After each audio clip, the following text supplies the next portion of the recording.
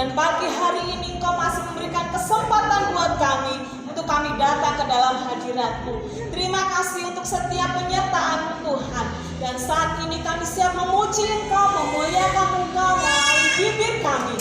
Dan kiranya setiap anak-anak-Mu yang datang pada pagi hari ini juga merindukan Engkau sebagai Tuhan yang menyelamatkan mereka. Terima kasih Bapa. Di dalam nama Tuhan Yesus kami serahkan doa kami. Haleluya. Amin. Nah, pagi hari ini kita mau memuji nama Tuhan. Yuk kita mau bentuk lingkaran semua yuk. Ayo kita mau berdiri. Bentuk lingkaran. Nah, adik-adiknya, adik-adik kecil boleh nih, boleh ikut yuk. Nah, kita mau nyanyi tangan kanan tangan kiri ya. Nah, biar kelihatan semuanya. Yuk, mana tangan kanannya? Mana tangan kanannya, tangan kirinya? Oke, semuanya punya tangan kan ya? Oke, yuk kita nyanyi yuk. Tangan kanan tangan kiri. Tangan kanan tangan kiri mempunyai jari. Diluruskan, dibengkokkan, putar ke belakang. Kaki kanan. Mempunyai jari. Diluruskan, dibengkokkan, putar ke belakang. Lompat depan. Jalan serta Yesus yuk, jalan serta Yesus yuk. Jalan sertanya setiap hari. Jalan serta Yesus, serta Yesus selamanya. Sekali lagi tangan kanan, tangan kiri. Mana suaranya? Kaki kanan. Mempunyai jari, diluruskan, dibengkokkan, putar ke belakang. Lompat depan. Jalan serta Yesus, jalan serta Yesus. Jalan sertanya setiap hari. Jalan serta Yesus, serta Yesus selamanya. Jalan-jalan suka. Jalan-jalan suka, jalan-jalan duka, jalan sertanya setiap hari. Jalan serta Yesus, serta Yesus selamanya. Mana suaranya? Mana suaranya? Nah, sekarang kasih senyum dengan gerakan tangan. Lah, yuk 1, 2, 3. Lah. Kirinya lagi. Lah. Udah pada senyum belum? Yuk sekali lagi. 1, 2, 3. Lah. Lah. Sekarang kita mau nyanyi Aku Pahlawan Kecil. Siapa yang mau jadi pahlawan? Angkat tangan. Aku juga pengen jadi pahlawan. Ya, yuk. Aku pahlawan kecil. Aku pahlawan kecil. Yesus, Yesus panglima-Ku. Tuhan di pihak kita. Siapa lawannya? Siapakah lawan kita? Tidak ada. Aku pahlawan kecil. Yesus, Yesus panglima-Ku. Tuhan di pihak kita. Siapakah lawan kita? Tidak ada. Tadi siapa lawan kita? Tidak ada. Kalau Tuhan Yesus beserta kita. Siapa yang pengen jadi anaknya Tuhan Yesus? Yuk kita beri salam lagi sama teman kita. 1, 2, 3. 1, 2, 3. Oke, yuk kita mau duduk semuanya. Nah, sekarang kita mau kasih persembahan buat Tuhan.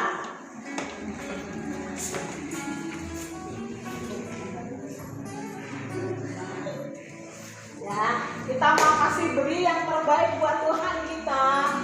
Ya, melalui persembahan ini nanti akan diberikan untuk setelah minggu kita. Kita mau nyanyi KASIK.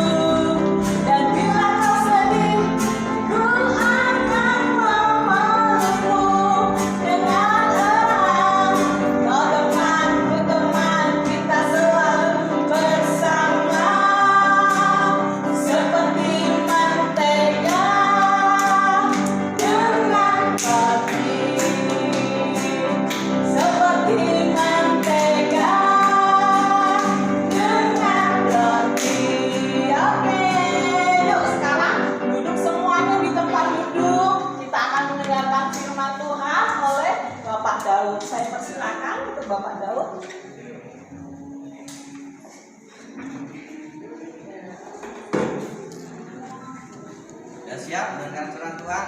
Kita berdoa pada firman Tuhan.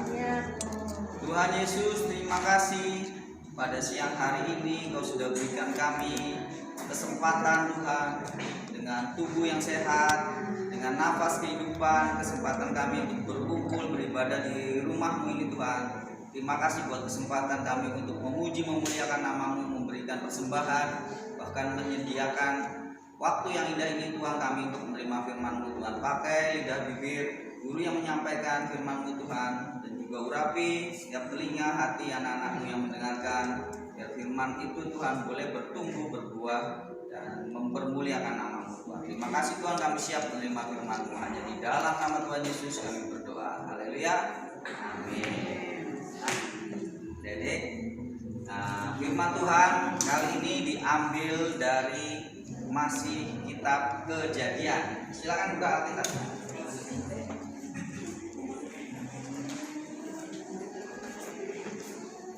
Ya, Bapak Yakub mempunyai 12 orang anak. Anak yang pengais bumi siapa namanya? Masih ingat? Ya, Kejadian 39 ya, teman Tuhan, ini berbicara tentang anak dari Bapak Yakub yang bernama Yusuf. Jadi lihat Kejadian 39 ya. Pasal 39 sampai firman Tuhan ini sampai 42 ya. Ya, kita lihat di sini aja bahwa salah seorang anak yang pengais bungsu Bapak Yakub ini dijual sama, kemarin ya udah cerita ya, dijual sama kakak-kakaknya karena kakak-kakaknya iri. Dia Yusuf ini tadinya mau dibunuh, akhirnya tidak jadi dibunuh, tetapi dijual kepada pedagang Ismail ke Mesir. Di Mesir itu dia dibeli oleh seorang perwira untuk menjaga raja di sana, penjaga raja ya. Kalau di sini pengawal presiden ya. Itu namanya Bapak Potifar, Panglima Potifar. Ya, kepala penjaga raja ya. Nah, di rumah itu karena Tuhan menyertai Yusuf, apa saja yang diperbuatnya selalu berhasil. Dia dipercaya oleh Bapak Potifar mengurus rumah tangganya dari hal yang kecil sampai hal yang besar. Akhirnya karena Tuhan menyertai Yusuf, Bapak Potifar ini, panglima ini mempercayakan semua hartanya, rumahnya, ya, karyawannya, budak-budaknya kepada Yusuf, kecuali istrinya ya. Istrinya setelah tinggal beberapa lama di situ, ternyata Yusuf ini difitnah oleh istri Bapak Potifar ya. Yusuf diajak berdosa, cuma Yusuf tidak mau, dan dia akhirnya difitnah, dan Bapak Potifar percaya kepada istrinya. Akhirnya Yusuf dimasukkan ke dalam penjara. Adik-adik, ketika Tuhan sudah mengangkat Yusuf, ketika dari budak dibeli, diangkat, sudah posisinya udah mulai enak ya, ternyata ada ujian lagi, dia difitnah, akhirnya dia masukkan penjara lagi. Tetapi tidak sampai situ, ada penyertaan Tuhan. Di dalam penjara pun Tuhan menyertai Yusuf, sehingga yang diperbuat Yusuf itu berhasil.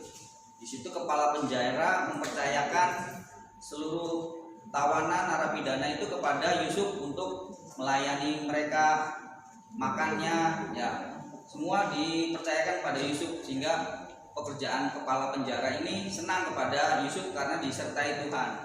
Nah, suatu saat ada 2 orang tawanan, yaitu juru minuman raja Mesir dan juru makanan. Nah, di situ kedua orang ini dimasukkan penjara ya bersama-sama, dan pada malam yang sama itu mereka berduanya sama-sama bermimpi ya, Dek.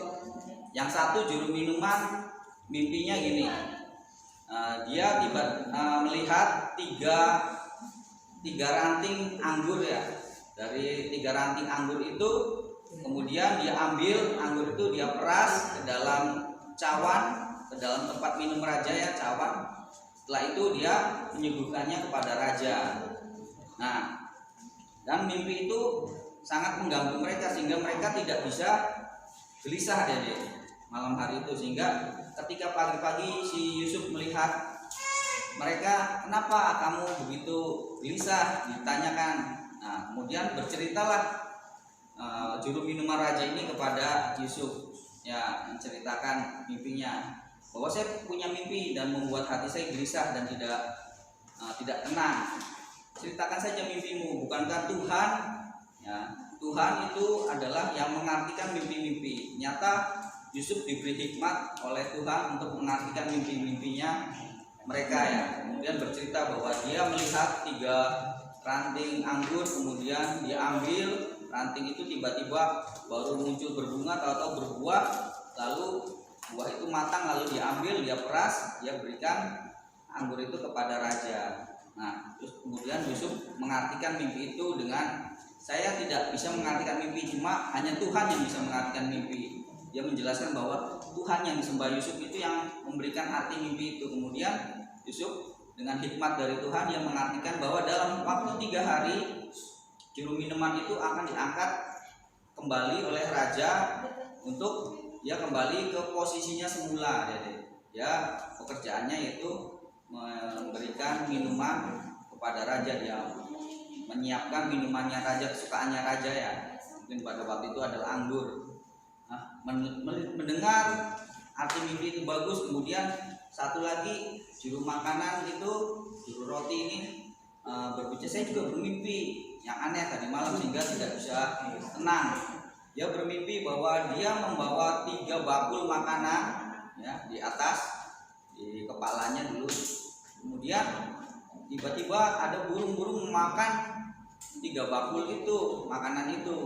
Nah, kemudian Yusuf mengartikan bahwa dalam 3 bakul itu artinya 3 hari. Dalam 3 hari Tuhan akan mendapatkan hukuman, karena raja akan mengangkat Tuhan, tetapi dalam 3 hari Tuhan akan dihukum sehingga Tuhan mati. Dan benar kejadian setelah 3 hari kemudian raja memanggil mereka, dan akhirnya juru minuman itu diterima lagi bekerja sebagai menyiapkan minuman raja, tetapi juru makanan itu, juru roti itu dihukum gantung, ya. Seperti arti mimpi yang Tuhan diartikan mereka itu, ya. Nah, setelah itu setelah itu Yusuf sebelumnya berpesan, ingat aku ya, bahwa aku di sini nih diculik, aku ini difitnah, sudah masuk penjara, aku tidak bersalah, ingat aku kalau kalian sudah keluar. Nah, tetapi setelah lewat 2 tahun mereka melupakan Yusuf. Akhirnya suatu saat Raja Fir'aun itu bermimpi, mimpinya demikian, adik. Ketika dia tidur, dia melihat dari dalam sungai Nil itu muncul 7 ekor lembu atau sapi, ya, yang badannya bagus-bagus, gemuk-gemuk. Kalau untuk dikurban banyaknya sapi yang gemuk, ya. Nah, itu muncul dari sungai Nil. Setelah 7 ekor sapi itu muncul pula 7 ekor lembu atau sapi yang badannya kurus-kurus, kering, ya, kurang makanan. Tiba-tiba 7 ekor sapi yang kurus-kurus ini makan habis 7 ekor sapi yang gemuk-gemuk. Nah, setelah itu raja terbangun dari mimpinya. Lalu raja tidur lagi. Ini mimpinya gak enak, bikin hatinya gelisah, ya. Mimpi lagi dia lihat 7 bulir, 7 tangkai gandum, ya. Kalau di sana kan makanannya gandum, ya. Kalau di sini mungkin padi. 7 tangkai bulir gandum itu muncul, tubuhnya subur, yang isinya berisi, benar, nggak kosong, ya. Kemudian muncul lagi 7 bulir gandum yang kering, isinya kosong, tertiup angin dan memakan habis 7 bulir gandum yang subur itu, yang gemuk-gemuk itu. Nah, setelah itu raja bangun lagi, dan mulai saat itu raja gelisah. Besok paginya dipanggil semua orang, ahli-ahli yang berhikmat di negeri situ, yang menceritakan kepada pegawai-pegawainya, saya mempunyai mimpi yang aneh, dan siapa yang bisa mengartikan artinya? Tidak ada seorang pun yang bisa mengartikan mimpi itu, adik-adik. Hingga terdengar oleh juru minuman, saya ketika dalam penjara ada seorang budak yang bisa Ibrani yang bisa mengartikan mimpi. Katanya dia mengartikan mimpi diberi oleh Tuhan hanya orang Ibrani ini. Panggil aja budak itu kemari, kata raja. Kemudian dipanggillah si Yusuf ke istana dan dia mulai memperkenalkan diri. Kemudian raja suruh mengartikan mimpi itu. Nah, kata Yusuf gini, tuanku raja, mimpi tuanku raja yang pertama dan yang kedua itu sama artinya. Yang pertama adalah 7 ekor lembu yang gemuk-gemuk itu adalah 7 masa kemakmuran. Jadi dalam 7 tahun negeri ini akan mengalami panen yang melimpah, sehingga tidak kekurangan makanan, bahkan lebih ya. Nah, kemudian setelah itu ada sama dengan artinya 7 bulir gandum. Itu artinya sama, 7 lembu yang gemuk-gemuk sama 7 bulir gandum yang gemuk-gemuk, itu artinya sama. Kemudian akan datang masa lagi, 7 masa lagi, masa kesusahan, kekeringan ya. Mereka akan menghabiskan semua persediaan makanan selama 7 masa yang subur, yang makmur tadi. Nah, kemudian setelah mendengar arti makna mimpi itu, raja kemudian tertegun ya. Dia kemudian, kalau gitu apa yang harus kami lakukan? Minta saran kepada Yusuf. Yusuf akhirnya berkata, tuan raja harus mengangkat seseorang untuk selama masa subur ini menyiapkan persediaan makanan. Jadi 1/5-nya itu disimpan untuk persediaan nanti pada masa 7 tahun yang kesusahan itu, supaya tidak terjadi kelaparan dan banyak yang meninggal ya. Kemudian akhirnya siapa di negeri ini yang punya hikmat itu? Kemudian setelah berbincang-bincang, raja akhirnya, hanya kamu saja yang diberi hikmat Tuhan. Maka kemudian raja mengangkat Yusuf. Dia mengenakan cincin emasnya, mengenakan kalung emasnya, kemudian suruh Yusuf masuk, dinaikkan kepada keretanya yang kedua. Keretanya ada 2 ya. Yang pertama punya dia, yang kedua disuruh dinaikkan, dan semua orang suruh memberi hormat kepada Yusuf. Yusuf diangkat untuk mengelola, mempersiapkan 7 masa tahun yang kesusahan itu, kekeringan itu. Akhirnya Yusuf dengan hikmat yang dari Tuhan, dia mengumpulkan di setiap kota, tiap wilayah itu dibangun lumbung-lumbung makanan. Pada waktu itu gandum ya. Jadi 1/5 gandum itu diambil dari panen, disimpan tahun ini, tahun depannya disimpan lagi, sampai tahun ke-7 disimpan selama 7 tahun itu. Dan yang 1/4-nya itunya sisanya boleh dihabiskan, dimakan. Setelah terkumpul lumbung-lumbung itu dengan penuh di tiap-tiap daerah, tiap-tiap kota, akhirnya benar datang 7 tahun masa kesusahan. Tahun pertama mereka masih punya persediaan makanan, tahun kedua mulai habis tapi masih ada, tahun ketiga mulai menipis, tahun keempat mulai habis, tahun kelima akhirnya mereka, apa yang harus mereka lakukan? Mereka datang, masih punya uang ada di situ, mereka beli kepada Yusuf ya segala bahan makanan. Tapi setelah setahun itu masih belum, masih susah dari untuk menanam. Akhirnya mereka menjual ternak mereka, menjual rumah mereka, bahkan menjual diri mereka untuk menjadi budaknya, jadi hambanya, pelayannya Fir'aun. Yang penting mereka hidup dikasih makan ya oleh raja. Akhirnya raja menguasai semua orang yang ada di Mesir itu, sudah menjadi hambanya dia, pelayannya dia, karena dia sudah jual uangnya udah habis, dombanya, rumahnya, bahkan menjual dirinya dia untuk menjadi dapat makanannya dari raja. Nah, di situ dalam saat itu pun ternyata ada orang-orang kakak-kakaknya Yusuf pun di negeri Kanaan itu pun mengalami hal yang sama ya. Ketika kesusahan itu mereka datang kepada Yusuf untuk membeli makanan. Di situ Yusuf menguji mereka, apakah mereka masih seperti dulu membenci dia, apakah sudah menyesali perbuatannya. Di situ ternyata Yusuf setelah menguji mereka, Yusuf tahu bahwa mereka sudah berubah, mereka menyesali perbuatan mereka, bahwa mereka sudah menjual Yusuf dan mereka membenci Yusuf. Ternyata kemudian Yusuf setelah tahu bahwa mereka itu sudah bertobat, sudah mengakui kesalahannya dan menyesalinya, maka Yusuf pun menyatakan bahwa sayalah Yusuf yang kamu jual.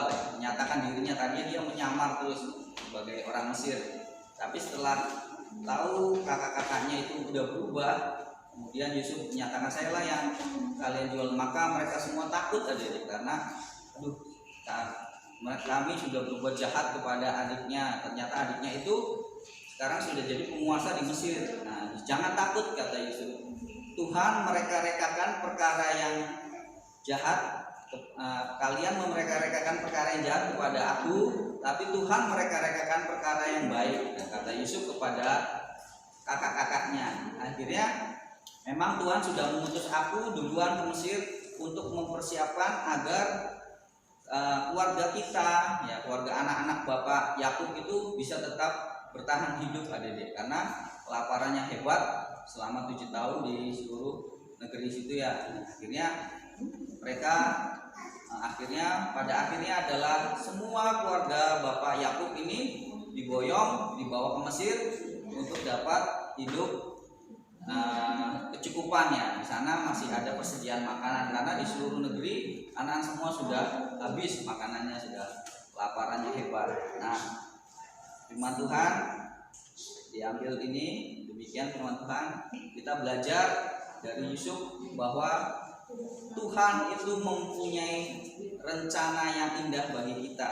Ya, kadang tidak selamanya perjalanan hidup kita kayak Yusuf itu selalu mulus ya. Nah, dia diangkat, tapi suatu saat dia mengalami difitnah, masuk dalam penjara. Nah, di situ Tuhan tetap menyertai Yusuf sehingga dia dipercaya oleh kepala penjara. Nah, kemudian dia mengartikan mimpi raja, kemudian dia diangkat. Nah, demikian juga dengan rencana Tuhan yang indah dalam hidup kita. Mungkin saat ini kita belum ngalamin yang sama seperti Yusuf. Oh, hidup kita ini dipakai luar biasa ya. Kita mungkin mengalami masa-masa yang susah ya, Dede. Selama pandemi ini ya, semua mengalami hal-hal yang sulit. Tetapi percayalah bahwa rencana-rencana Tuhan itu indah. Kadang orang punya rencana yang jahat kepada kita, sama seperti Yusuf ya, saudara-saudaranya jahat, mereka kan menjual dia jadi budak kan. Kalau budak penjara kan nasibnya bakalan susah ya. Ternyata Tuhan, rencana Tuhan itu lebih indah daripada semua yang kita bayangkan. Yang penting kita tetap percaya kepada Tuhan dan berserah kepada Tuhan. Nah, demikian firman Tuhan. Sampai di sini, mudah-mudahan Tuhan bekerja dan menyertai kita semua. Yuk kita tutup dalam doa buat firman Tuhan kali ini. Ya, main lipat tangan, tutup mata, kita berdoa. Tuhan Yesus yang baik, terima kasih Tuhan buat firman-Mu yang sudah disampaikan Tuhan. Biar firman Tuhan itu boleh tertanam di hati kami, bahwa rencana-Mu, rancangan-rancangan-Mu, rancangan damai sejahtera, tidak rancangan kecelakaan apapun yang terjadi dalam kehidupan kami Tuhan. Senang walaupun susah Tuhan, Engkau menyertai kami. Engkau akan membuat kami berhasil dimanapun kami berada Tuhan. Nah, Tuhan, terima kasih. Biarlah Tuhan berkati kesehatan anak-anak-Mu yang hadir pada saat ini, juga yang ada di rumah. Berkati pendidikan, berkati keluarganya, orang tuanya, Tuhan, usahanya Tuhan. Engkau buat berhasil karena nama-Mu dan rancangan-Mu yang indah itu Tuhan boleh terjadi dalam hidup kami. Ajar kami tetap percaya seperti Yusuf, dan terus percaya dan berdoa mengharapkan pertolongan dari Tuhan hingga saatnya Tuhan akan menolong dan membantu kami Tuhan. Terima kasih Tuhan, hanya di dalam nama Tuhan Yesus kami berdoa. Haleluya. Amin. Silakan.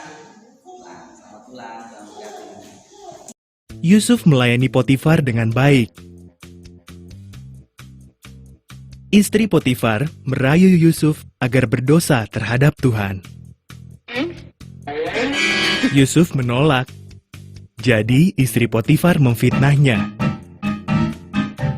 Potifar mempercayai istrinya dan Yusuf dipenjara.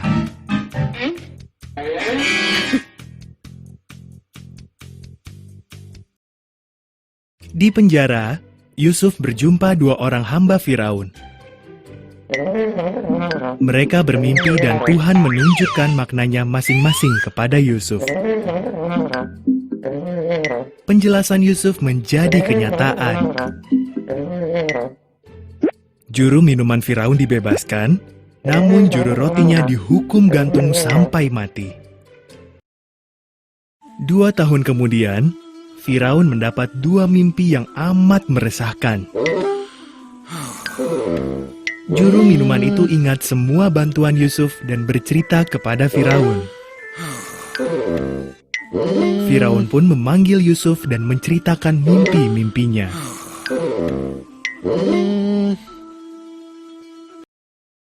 Tuhan menunjukkan arti mimpi Firaun kepada Yusuf. Selama 7 tahun, makanan akan berlimpah ruah, kata Yusuf.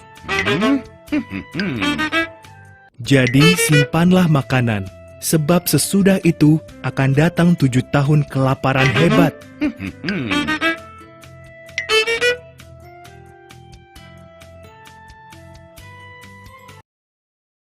Firaun amat kagum akan hikmat Yusuf. Maka, diangkatlah Yusuf menjadi pimpinan tertinggi urusan penyimpanan makanan. Selain Firaun, tidak ada orang di Mesir yang lebih berkuasa daripada Yusuf.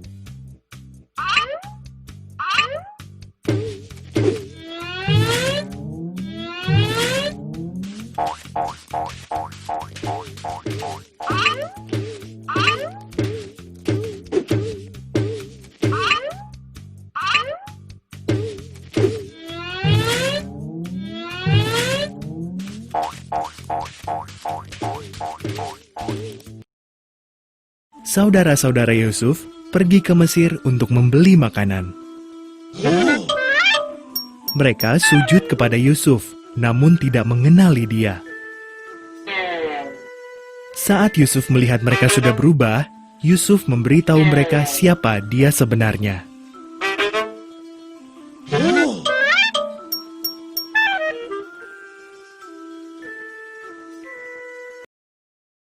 Saudara-saudaranya ketakutan.